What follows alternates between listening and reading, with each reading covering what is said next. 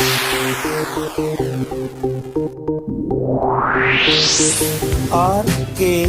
स्वागत है दोस्तों आपका एक बार फिर से हमारे YouTube चैनल RKB कैंफी वीडियोस में। आपके सामने हमने एल्डिहाइड, कीटोन और कार्बोक्सिलिक अम्ल चैप्टर की जो थ्योरी है वो कम्प्लीटली आपके सामने प्रस्तुत कर दी है। अब आज की वीडियो में हम आपके लिए लेकर आए हैं जो आपकी NCERT बुक है उसके इन टेक्स्ट क्वेश्चन यानी पाठ्य निहित प्रश्न आपके लिए आज हम लेकर आए हैं। तो इन पाठ्य निहित प्रश्नों को हम किस प्रकार से सोल्व करते हैं आपको उसकी प्रैक्टिस करनी अति आवश्यक है। तो आइए देर न करते हुए हम लेकर चलते हैं आपके पाठ्य निहित प्रश्नों को, जिनमें सबसे पहला प्रश्न है। पहले प्रश्न में आपको दिया गया है कि निम्न यौगिकों की संरचनाएं बनाइए। ये NCERT का पाठ्य निहित प्रश्न है जिसमें आपके 6 खंड दिए गए हैं और इसमें सबसे पहला खंड है अल्फा मेथॉक्सी प्रोपियोन एल्डिहाइड। इस प्रश्न को अब हम एक एक पॉइंट लेकर चलते हैं, जिनमें सबसे पहले पॉइंट में आपको दिया गया हुआ है अल्फा मेथॉक्सी प्रोपियोन एल्डिहाइड दिया हुआ है। इसका नामकरण आपको दिया हुआ है। अब इसकी स्ट्रक्चर आपको बनानी है, अल्फा मेथॉक्सी प्रोपेन एल्डिहाइड। अब सबसे पहले आपके देखिए यहाँ पर प्रोपियो आया है तो प्रोपेन यानी 3 कार्बन आपके इसमें उपस्थित होंगे। तो संरचना बनाने के लिए सबसे पहले आप 3 कार्बनों को एकल बंध से जोड़ दीजिए। यहाँ ये हमारा पहला कार्बन, ये दूसरा और ये तीसरा। अब चूंकि इसमें एल्डिहाइड समूह आया हुआ है और कोई संख्या नहीं लिखी हुई है तो सबसे पहले कार्बन पर आप इसे एल्डिहाइड बना दीजिए। CHO लिखने पर ये आपका एल्डिहाइड हो गया। अब जिस कार्बन से आपका क्रियात्मक समूह जुड़ा हुआ होता है उससे जस्ट अगला कार्बन आपका अल्फा कार्बन भी होता है, उससे अगला कार्बन होता है बीटा। जब हमने थ्योरी पढ़ाई थी तब आपको ये बताया भी गया था। अब इस अल्फा कार्बन पर आपका मेथॉक्सी जुड़ा हुआ है, मेथॉक्सी यानी OCH3, और 3 कार्बन पर प्रोपेन एल्डिहाइड हो गया। तो अब इसके बाद हमें केवल संयोजकता पूरी करनी है। जैसे CHO में तो कार्बन की सारी संयोजकता पूरी हो गई, चारों की चारों। इस कार्बन की 1, 2 और 3 संयोजकता पूरी हुई है तो चौथी संयोजकता पूरी करने के लिए यहाँ पर H जोड़ देंगे। इस अकेले कार्बन की जो तीसरा कार्बन है इसकी 1 संयोजकता यहाँ पर पूरी हुई है और बाकी बची 3 संयोजकताओं को हम हाइड्रोजन से पूरा कर देंगे। इस प्रकार से पहला अल्फा मेथॉक्सी प्रोपेन एल्डिहाइड आपका कंप्लीट हो जाता है। दूसरा खंड है आपका 3 हाइड्रोक्सी ब्यूटेनल। इसकी संरचना अब इस प्रकार से बनाई जा सकती है। अब जो दूसरा कंपाउंड आपको दिया हुआ है उसका नाम है 3 हाइड्रोक्सी ब्यूटेनल। अब देखिए इसका अगर हम संरचना बनाते हैं तो ब्यूटेन यानी 4 कार्बन है, 1, 2, 3, 4। इन 4 कार्बनों पर आप चाहे तो अपना नाम लिख सकते हैं, इस प्रकार से संख्या लिख सकते हैं 1, 2, 3 और 4। अब इसमें तीसरे पर हाइड्रोक्सी जो जोड़ा जाता है वो OH के लिए जोड़ा जाता है तो OH। ब्यूटेनल एल्डिहाइड है, पहले पोजीशन पर है तो CHO हमने यहाँ पहले पर जोड़ दिया। अब उसके बाद हमें केवल इसकी संरचना पूरी करनी है, संयोजकता पूरी करनी है कार्बन की। तो कार्बन की संयोजकता यहाँ पर 1, 2 आई है, 2 हाइड्रोजन जोड़ दीजिए। 1, 2, 3 संयोजकता पूरी हो गई, चौथी को H, और यहाँ पर इसकी केवल 1 संयोजकता पूरी है तो बाकी 3 पूरी करने के लिए हमने यहाँ पर हाइड्रोजन जोड़ दिया। तो इस प्रकार से हमने इस क्वेश्चन को पूरा किया। थर्ड पार्ट के रूप में अगर लेकर चले तो दिया हुआ है 2 हाइड्रोक्सी साइक्लोपेंटेन कार्बेल्डिहाइड। अब उसके बाद अगर देखा जाए तो थर्ड पार्ट जो है आपका उसमें दिया हुआ है 2 हाइड्रोक्सी साइक्लोपेंटेन कार्बेल्डिहाइड। देखिए अगर आपके याद हो तो जब हमने नामकरण पढ़ाया था तो कार्बेल्डिहाइड हम कार्बोक्सिल समूह जो CHO समूह है उसके लिए तब जोड़ते हैं जब CHO का कार्बन गिनती में न लिया जाए। तो इस कार्बेल्डिहाइड को छोड़ दीजिए। अब मैक्सिमम कार्बन देखिए पेंटेन, लेकिन ये साइक्लो भी है यानी चक्रीय पेंटेन है। तो इस साइक्लोपेंटेन की स्ट्रक्चर अगर बनाएं 1 2 3 4 और 5, इस प्रकार से यहाँ पर प्रत्येक पोजीशन पर आपका एक कार्बन उपस्थित है। अब यहाँ हमने इसको पहला कार्बन, दूसरा, तीसरा, चौथा और पांचवा, साइक्लोपेंटेन 5 कार्बन हमारी चक्रीय संरचना में आ गए। अब दूसरे पोजीशन पर हमारा हाइड्रोक्सी है, तो इस दूसरी पोजीशन पर हम जोड़ सकते हैं OH। अब चूंकि साइक्लोपेंटेन एन की आवाज दिया हुआ है, तो इसमें कोई भी आपका डबल बॉन्ड नहीं है, केवल सिंगल बॉन्ड उपस्थित है। और कार्बोल्डिहाइड यानी पहले कार्बन पर आपका CHO जुड़ा हुआ है। चूंकि यहाँ CHO का हमने काउंटिंग यहाँ से की है ना, इस कार्बन से, इसको हमने काउंट नहीं किया, इसीलिए इसके लिए कार्बोल्डिहाइड शब्द आपका आया था। आप चाहे तो इस संरचना को इसी प्रकार से छोड़ सकते हैं, और अदरवाइज अगर आप देखें तो आप इसमें कार्बन की संयोजकता पूरी कर सकते हैं। जैसे इस कार्बन पर 1 2 3 संयोजकता पूरी हुई है, चौथी पे हाइड्रोजन जोड़ दीजिए। यहाँ इस कार्बन की 1 2 3 हुई है, चौथी पे हाइड्रोजन जोड़ दीजिए। इस कार्बन की 2 संयोजकता पूरी हुई है, H2 जोड़ दीजिए। इसी प्रकार यहाँ CH2 और यहाँ पर CH2 आ जाएगा। तो इस प्रकार से हमने पहले 3 क्वेश्चन इस पार्ट के, इस क्वेश्चन के कर दिए हैं। आइए अब अगला क्वेश्चन देखते हैं। चौथे पार्ट में हमें जिसकी संरचना बनानी है वो है 4-ऑक्सोपेंटेनल। चौथे पार्ट में आपको दिया हुआ है 4-ऑक्सोपेंटेनल। तो पेंटेनल यानी 5 कार्बन में CHO के साथ 1 2 3 4 5, तो ये 5वें पर हमने CHO जोड़ दिया, 1 2 3 4 5 हमारे कार्बन हो गए। और चौथे पर दिया हुआ है oxo. Oxo double bond O, यानी जो कीटोन होता है जब वो प्रतिस्थापी के रूप में आता है तब हम उसे ऑक्सो के नाम से प्रदर्शित करते हैं। तो इस प्रकार से ये संरचना आपकी हो गई 4-ऑक्सोपेंटेनल। बाकी बची हुई जो संयोजकता है कार्बन की वो हाइड्रोजन से पूरी कर देंगे।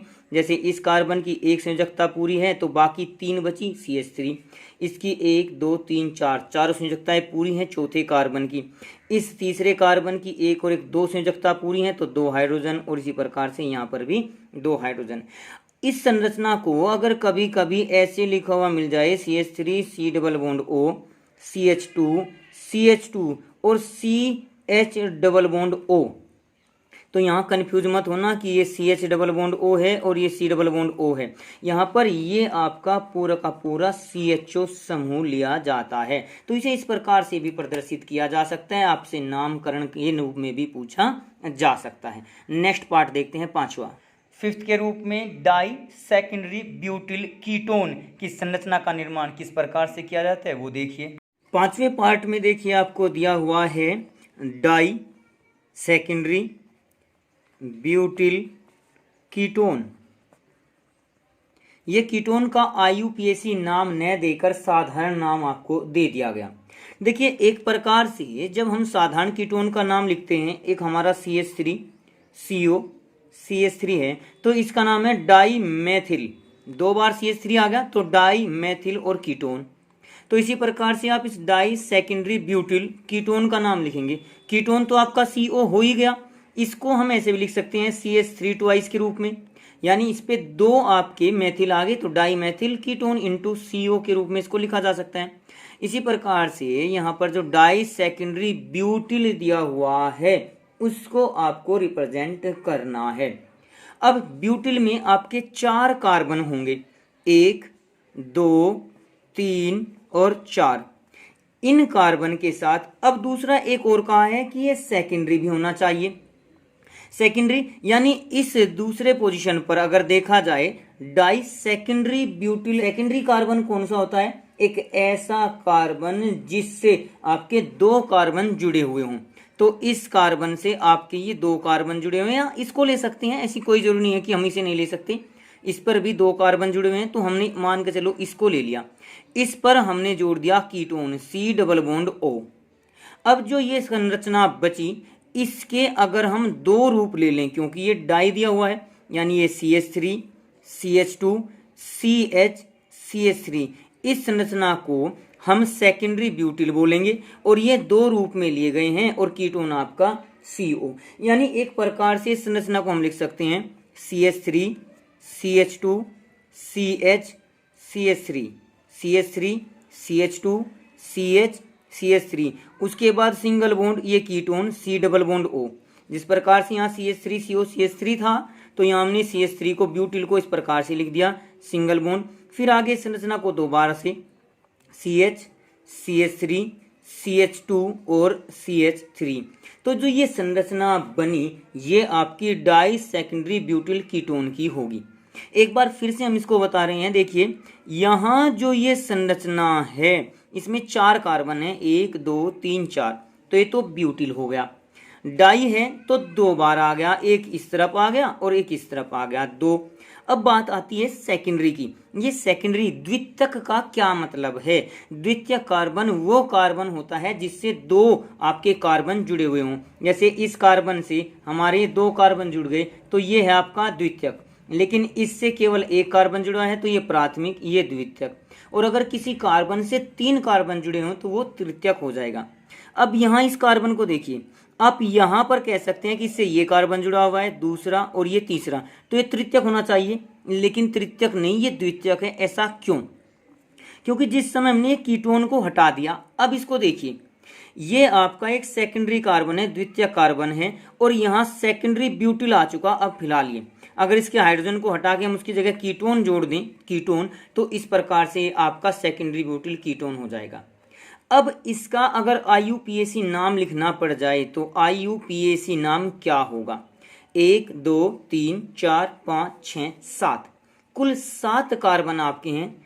तीसरे पर, चौथे पर CO और पांचवें पर, तीसरे और पांचवें पर हमारा CH3 समूह जुड़ा हुआ है, जो कि एज ए प्रतिस्थापी लिया जाएगा, एज ए सब्स्टिट्यूएंट लिया जाएगा। तो यहाँ हम लिख सकते हैं 3,5 डाई मिथाइल, 3,5 डाई मिथाइल। और कार्बन कितने हो गए? टोटल 7 कार्बन इसके अंदर हैं। तो इन 7 कार्बन पर हमारा बन जाएगा हेप्टेन। हेप्टेन का, अब ये चौथे पर है C डबल बॉन्ड O, तो हेप्टेन 4 ओन इसको लिख सकते हैं। ये इसका IUPAC नाम हो जाएगा। अब इसके बाद देखते हैं हम आपका नेक्स्ट क्वेश्चन, जो कि 6th पार्ट आपका दिया हुआ है। और अंत में 6 का हमें जिसकी संरचना बनानी है वो है 4-फ्लोरोएसीटोफिनोन। 6th पार्ट में आपको फिर कहा है कि हमें बनानी है 4-फ्लोरोएसीटोफिनोन। एसीटोफिनोन की स्ट्रक्चर हमें बनानी है। तो एसीटोफिनोन जो बेंजीन रिंग पर आपका COCH3 होता है, इसको एसीटोफिनोन कहा जाता है। ये बेंजीन रिंग में आपके 3 डबल बॉन्ड हो गए, तो इसका नाम होता है एसीटोफिनोन, साधारण नाम है। अब इस पर हमें चौथी पोजीशन पर फ्लोरो जोड़ना है। ये पहली कार्बन, ये दूसरा, ये तीसरा और ये आपका चौथा कार्बन, तो चौथे पर फ्लोरीन जोड़ दीजिए, बस सीधी स्ट्रक्चर आपकी बन जाएगी 4-फ्लोरोएसीटोफिनोन की। तो इस प्रकार से आप इन स्ट्रक्चर्स को बना सकते हैं, इनका IUPAC नाम लिख सकते हैं। अब ये स्ट्रक्चर तो हमने बना ही दी हैं, इसके बाद मैं आपको कुछ स्ट्रक्चर दे रहा हूँ, आप नाम दे रहा हूँ, उनकी स्ट्रक्चर आप लोग संरचना बना कर देखना। जैसे एक है आपका 4-क्लोरोपेंटेनल, इसकी संरचना आपको बनानी है। एक दूसरा है आपका पैराटोलुएल्डिहाइड, पैराटोलुएल्डिहाइड। एक आप थर्ड स्ट्रक्चर बना लेना 2-मेथिल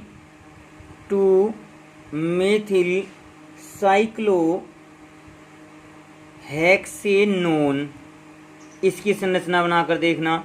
और अंत में एक और ले लीजिए, चलिए चौथी स्ट्रक्चर और 1-फेनिल प्रोपेनोन।